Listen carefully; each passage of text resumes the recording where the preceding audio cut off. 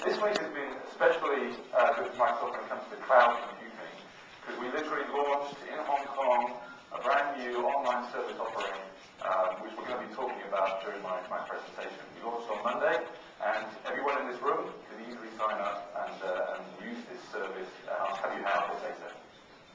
Now, my topic is cost savings start with collaboration. I think Andy said this morning, email for him seems to be the one area which maybe people could outsource to the cloud and gain real business values, cost savings. It's not just about email, it's about collaboration, it's about maybe web conferencing, video, audio web conferencing, and it's about instant messaging and presence. These are the types of collaborative solutions we're going to talk about in my presentation. But when I first joined, I'm actually responsible for Office, SharePoint, Exchange, all the information work products of Microsoft. About two years ago when I first joined, we wanted to know what was the current situation here in Hong Kong. There wasn't any real information about the cloud computing or collaborative apps in the cloud. And therefore we thought we'd do a research study. So we commissioned IDC to do some work for us and look at Hong Kong specifically. And I'm pleased to be able to share some of this information with you today. And I'm going to look at some of the case studies of customers that are already benefiting from online computing. Excuse me. So when we looked at some of the IDC research, they basically looked from a regional perspective, and then we also looked at a Hong Kong specific view. And if you look at a regional point of view, the market for cloud or SaaS, as they call it, software as a service, is gaining momentum. So in the region, it's growing at 18%, and it's nearly worth $300 million US. When we did the research in Hong Kong, we were actually quite surprised. We found 26% of Hong Kong companies, we surveyed about 250, are already either deploying or considering deploying in the next 12 months. So it's quite a shock, because in APAC, that number is only 8%. So in Hong Kong, companies are already deploying collaborative applications and online cloud-based solutions today in some numbers. And we'll look at what applications they are in a second. When IDC looked at these results, they actually found it quite interesting as well, and it's starting to predict an upside in terms of the opportunity for the Hong Kong market in the region of 40 billion Hong Kong dollars as an ecosystem opportunity by the year 2013. Now that piece of research is available on our website. I've also got it on our stand, which you're more than welcome to come and take a copy of. So let's go into a little bit more detail on that piece of research. We asked the question, which verticals are currently deploying SaaS type of models? And these are people subscribing now, paying for SaaS solutions. And interestingly, retail, wholesale, and also financial services were one of the bigger adopters of cloud-based SaaS computing today. And it's probably because when we did the research, it was happening in sort of the economic downturn.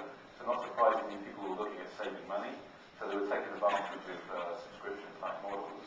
And even in the segments, we see sort of the mid-market companies greater than 500 employees are actually adopting it more than maybe the small businesses that we thought would take on this type of infrastructure as it stands today.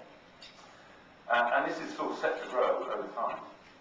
Now, if you look at what applications people are deploying in terms of cloud-based or SaaS computing, email came out as one of the number one solutions. So outsourcing your email either to a hoster, maybe an ISP, maybe through your private cloud or public cloud. But also web conferencing, the ability to reduce travel, being able to do video conferencing, audio, being able to share presentations remotely without having to travel was also quite popular. And already Microsoft has a solution in place called Live Meetings that does that today. We're seeing that become more and more popular across all segments. Even when the virus hit, even some of the schools, when they closed, they looked at using web-based conferencing to keep these schools educating their employees, even though the employees were at home. The teachers were using this type of technology, and that was one of the major drivers in terms of the impact of the flu virus. Other applications, team collaborative applications, sharing documents, document management, and even instant messaging, which you think, okay, people use IM, it's free, but a lot of these free services are prone to security risk, prone to all sorts of viruses. So people are starting to look at instant messaging Now, when we look at business applications, certainly you heard this morning from Andy, it's things like CRM, ERP, HR solutions, all now delivered as a software as a service. And then also storage, even storage on the cloud. So we saw some companies storing key data in the cloud, and then even business intelligence, the ability to share complex data and drill down into that information from the web is becoming quite popular. So this is what people are using today. When we answer the question of the future, these things just grew. Everything grew, including collaborative applications. So which is why I'm saying cost saving starts with your core collaborative applications. So why would you spend lots of money, time, and investment managing your own email servers when you can outsource that to Microsoft? We can manage the patches, the updates, the upgrades. We can manage the service levels for customers today. So the other question we asked, and it's quite a pertinent one, is what are the factors that companies are looking at when considering SaaS, or software as a service, software as a service? Not surprisingly, price came up as a key factor. This is sort of top-down priority list. Price is not just in price of the solution, but it's also the total cost of ownership and the return on investment. And as I think Andy mentioned this morning, performance, availability, security was probably the second most important thing.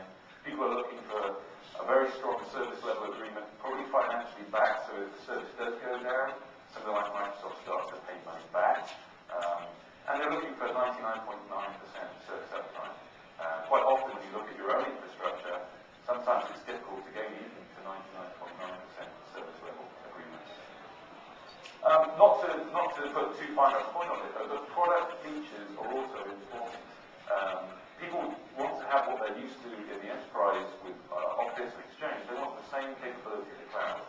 Or they want, quite often, the rich capability that large corporates get from cloud computing. So the ability to send and receive email, but also do mobile access from your smartphone, your iPhone, your RIM BlackBerry. They may also want to do the live meeting, the conferencing, the web conferencing you do today. So a rich set of features is important.